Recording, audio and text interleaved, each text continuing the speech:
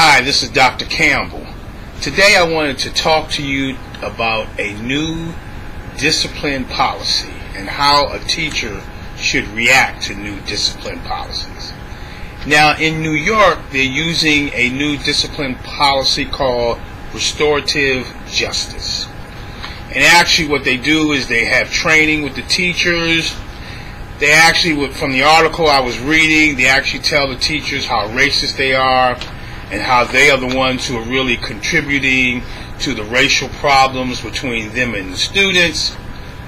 And then part of the strategy is that when students act up in the classroom, they send them out, and when they send them out, they talk about the problem and why it came up, and then they eventually send them back to the school.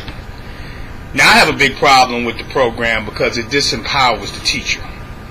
And whenever we do something that disempowers the teacher, we also disempower the opportunity to educate our students. And so this is what I wanted to recommend for teachers who may be faced with a new discipline policy. You can actually reduce and minimize the discipline in your classroom by developing trust with your students.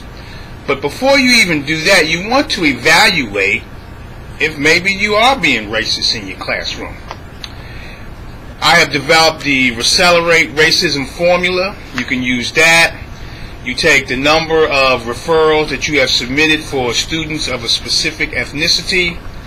You divide it by your total number of students.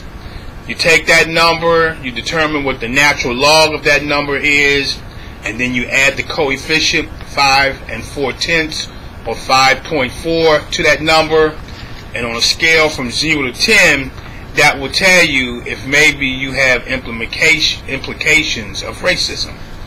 But now what you have to do next is you have to develop trust between you and your students.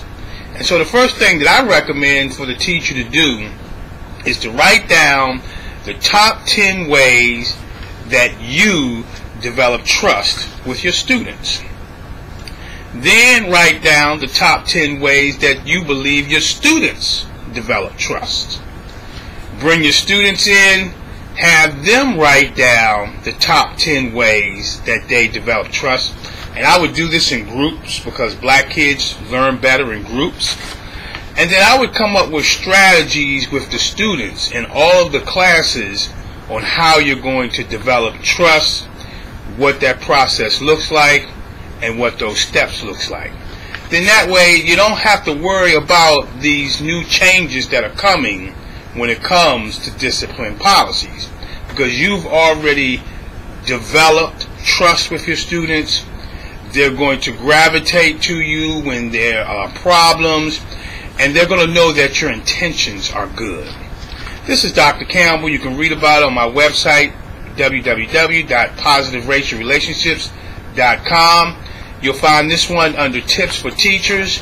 If you want to talk to me about it directly, you can call me on my direct line, 856-566-3267. Have a great day, and thank you very much.